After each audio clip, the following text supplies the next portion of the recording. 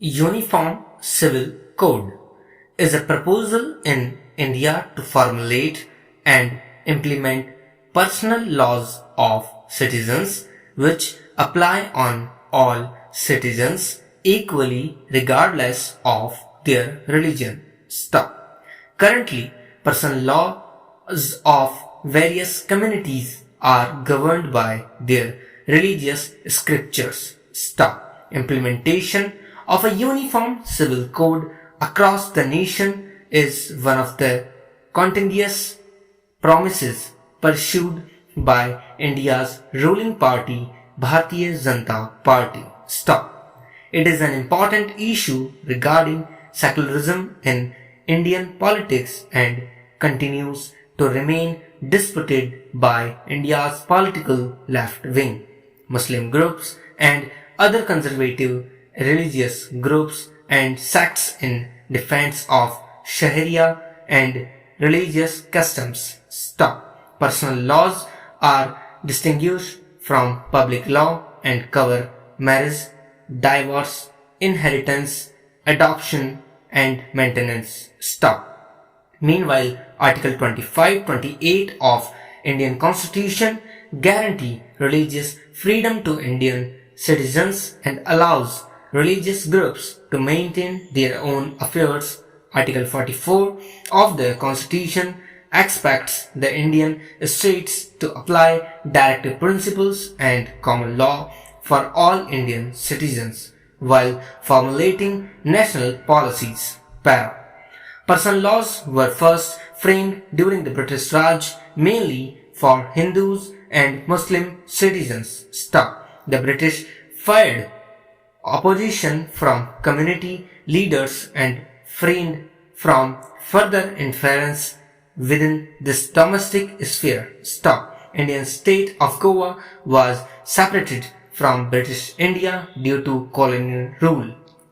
In the erstwhile Portuguese Goa and Daman retain a common family law known as the Goa Civil Code, and thus being only state in India with a uniform civil code till date. Stop. Following India's independence, Hindus Code Bill were introduced which largely codified and reformed personal laws in various sects among Indian religions like Buddhists, Hindus, Jains and Sikhs, while exempted Christians, Jews, Muslims and Parsis, being identified and distinct communities from Hindus. Stop. Uniform Civil Code emerged as a crucial topic of interest in Indian politics following the Sahabano case in 1985. Stop.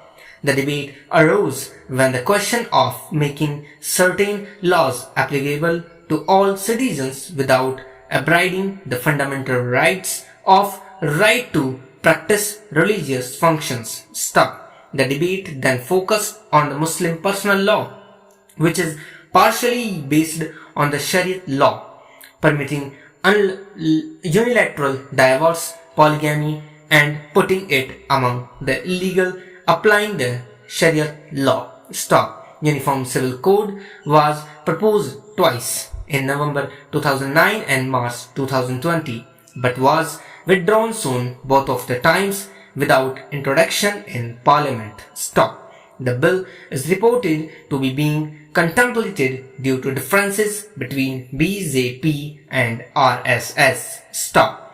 It faces opposition primarily from Muslims, Indian left and conservative sections of Hindus as a threat to religious freedom. Stop. While BJP continues to defend it as a modern and specific way of living. Para.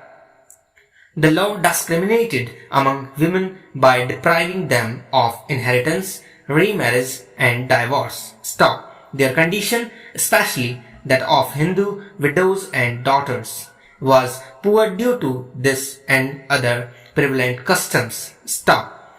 The British and social reformers were instrumental in outlawing such customs by getting reforms passed through legislative processes. Stop. since the British feared opposition from Orthodox community leaders. Only the Indian Succession Act 1965, which was also one of the first laws to ensure women's economic security, attempted to shift the personal law to the realm of civil. Stop. The Indian Marriage Act 1864 had procedure and reforms solely for Christian marriages. Stop. Para. There were law reforms passed which were beneficial to women, like the Hindu Widow Remarriage Act of 1865, Married Women's Property Act of 1923, and the Hindu Inheritance Removal of Disabilities Act 1928, which in a significant move permitted a Hindu woman's right to property. Para.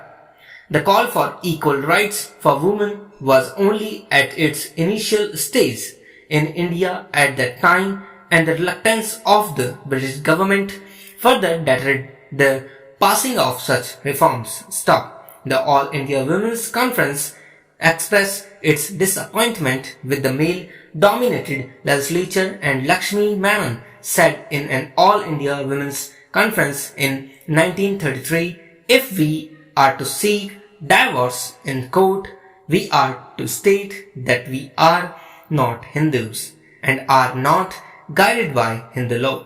Stop. The members in the Legislative Assembly who are men will not help us in bringing any drastic challenges which will be of benefit to us. Stop. The women's organizations demanded a uniform civil code to replace the existing personal laws, basing it on the Karachi Congress resolution, which guaranteed gender equality. Stop. The passing of the Hindu Women's Right to Property Act of 1937, also known as the Deshmukh Bill, led to the foundation of B.N. Rao Committee, which was set up to determine necessity of common Hindu laws. Stop. The committee concluded that it was time of a uniform civil code which would give equal rights to women, keeping with the modern trends of society, but their focus was primarily on reforming the Hindu law